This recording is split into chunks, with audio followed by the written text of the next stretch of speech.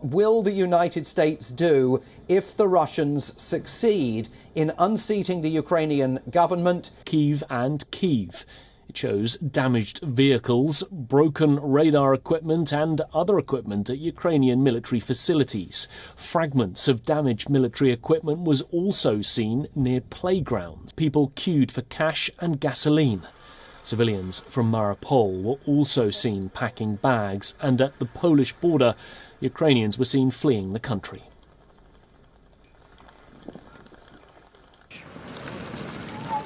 Ukrainian people are fleeing in mass. Reuters reports as many as 100,000 on the move, some crossing into neighboring Poland, a NATO member.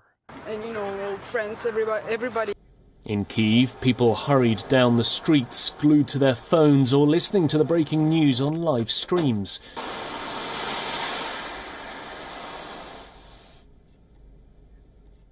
According to the Ukraine presidency, 40 Ukrainian soldiers have so far been killed. 10 civilians have also been killed.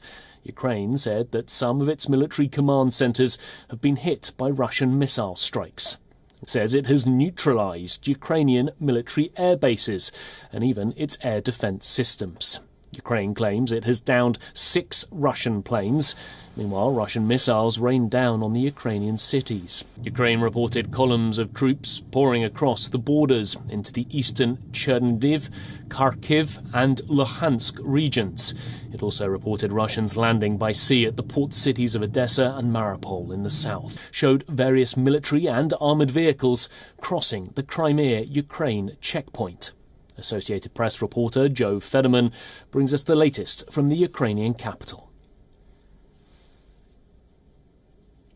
Indicating that some of these attacks are getting closer. For the time being, if you look behind me, it feels like life is normal. There's people milling about, walking around, going about their daily business. Traffic is flowing. There will be more instructions ordering people to take safety precautions and probably to stay at home. For the time being, condemnations from around the world, from the U.S., from NATO, an appeal from the United Nations to Russia to please stop. From Russian military officials here in Moscow, this phrase that was first used by President Putin in that dawn address that he gave to the Russian nation, a special military operation. How long this is going to go on for, days, weeks, and he simply said, pretty vaguely to be honest, that the duration of this operation is defined by its effectiveness and its objectives. We are still here. The 2nd Cavalry Regiment out of Vilseck, Germany, loaded up this morning bound for Romania right along the Ukrainian border.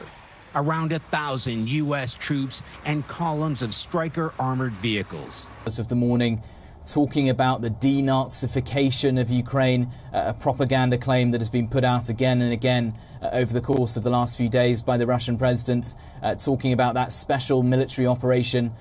1,700 soldiers of the 82nd Airborne are being sent to Poland, although they won't step 1 foot into Ukraine. Ukraine is now a battlefield. In the first day of fighting, Ukraine's president said 137 Ukrainians were killed, 316 injured.